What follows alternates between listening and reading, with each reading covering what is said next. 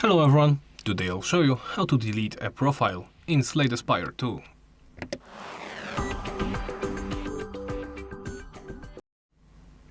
Begin by opening the profile.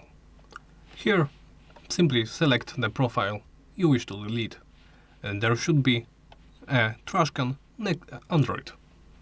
Select the trash can and hit delete. This cannot be reversed, so please be careful.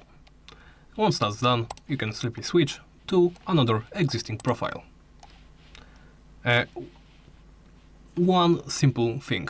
This, after deletion, will automatically create the second profile if you didn't switch first.